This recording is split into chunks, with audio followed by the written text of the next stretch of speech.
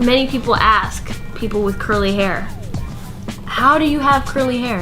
There's this amazing thing, and I'll show you my secret. Honestly, you can't tell anybody about this if I show you. Water. I know, it's crazy. I know, it's crazy. If you put a black girl's hair in this, it'll curl up. Hey guys, welcome back to my channel. My name is Justice for those of you that are new, and for those of you who are not, welcome. This video is the first video in my new series on my channel that I'm going to start, and it's going to be called Keepin' It Kinky.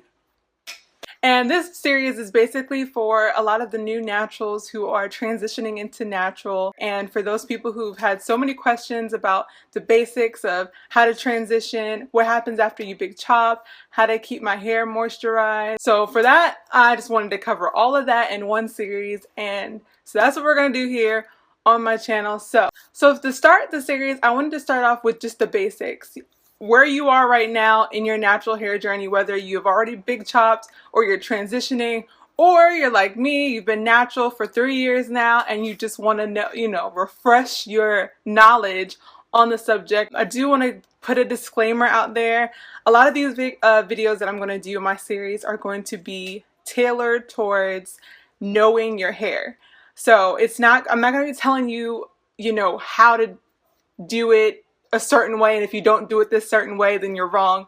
No, basically I'm going to tell you what I know from what I know, what I do to my hair, and how you can tailor it towards your hair and your hair type, and how you can come up with your own regimen and going forward in your natural hair journey. The 2 ways to transition. So you can either big chop, and that is just cutting all your hair off, all of your damaged, dead, relaxed ends, and just rocking it like that, or you can transition slow and slowly cut off a little bit by little bit of your bad ends. My model has always been quality over quantity, so I want the quality and the health of my hair to exceed the length of my hair. I could care less of how long my hair is, as long as it's healthy and at its strongest state. I encourage you to think the same and to really focus more on the health of your hair instead of the length of your hair. So just cut it, girl. Just cut it all off. Cut it all off. Get rid of it. And another disclaimer, if you hear noises or if you hear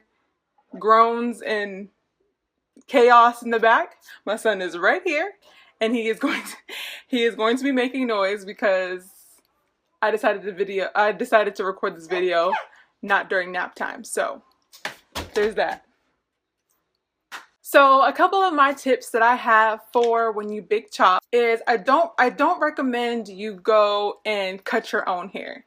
And here's why.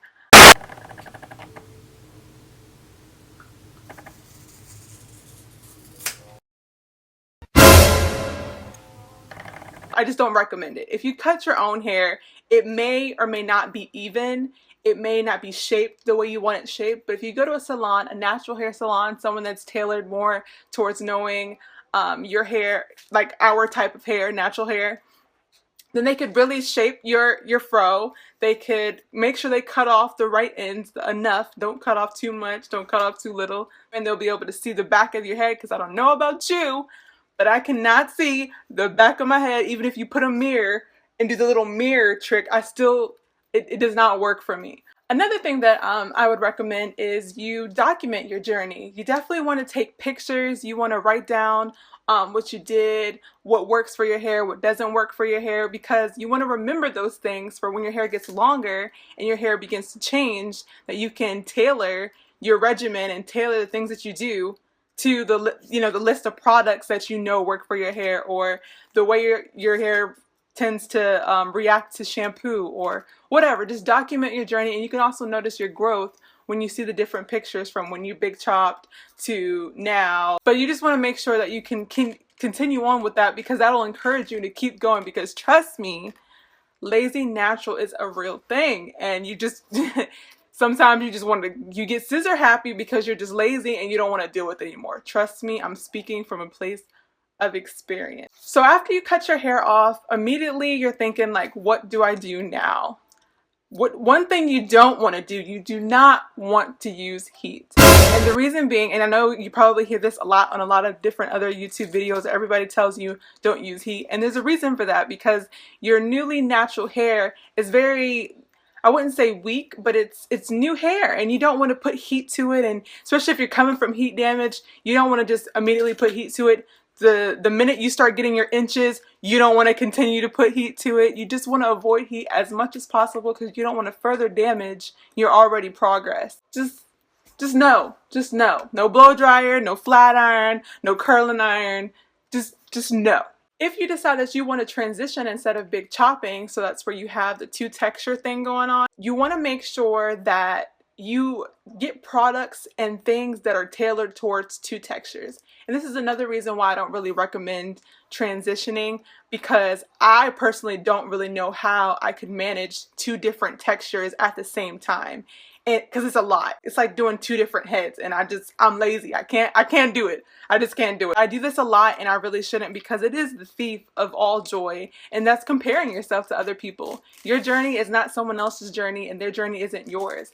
Your hair type is not their hair type, and there's a reason why you have the hair that you have, and it's unique to you. So don't even feel like you have to have your hair exactly like the next girl, because you may have 4C, she may have 3B, and that's alright, because we all are a part of this natural hair community, and it doesn't really matter what type of hair that you have, as long as you're happy with it. As soon as you cut your hair is not going to be falling down to the floor Rapunzel style. It's not going to do what you want it to do. You got to train your hair a little bit. You got to have some patience in this journey, and it gets tough.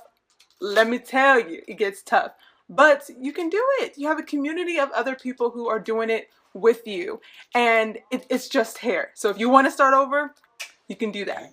Another issue that I have with my hair currently, and this tends to happen a lot after you big chop or you're transitioning, is you're playing with your hair. I literally can't keep my hands off my hair, and like I said, I've been natural for almost 4 years now, and I still pick up my hair. I still detangle throughout the day, and I really shouldn't, but that will break your ends. So you'll have split ends. It'll create damage that shouldn't have been there, and shedding, excessive shedding if you pick at your hair all day. So please don't do that, because I do that, and it's a terrible habit that I am really trying to break.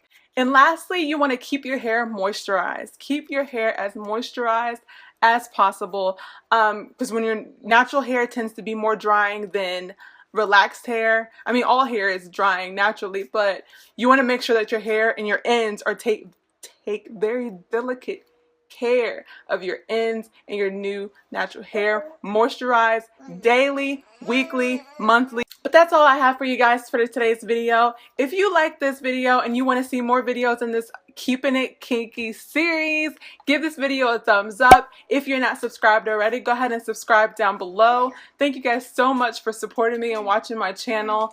You don't understand how much this means to me. I am on my way to 500 subscribers. And yeah, so I will see you guys in my next video for episode 2 of Keeping It Kinky. Bye.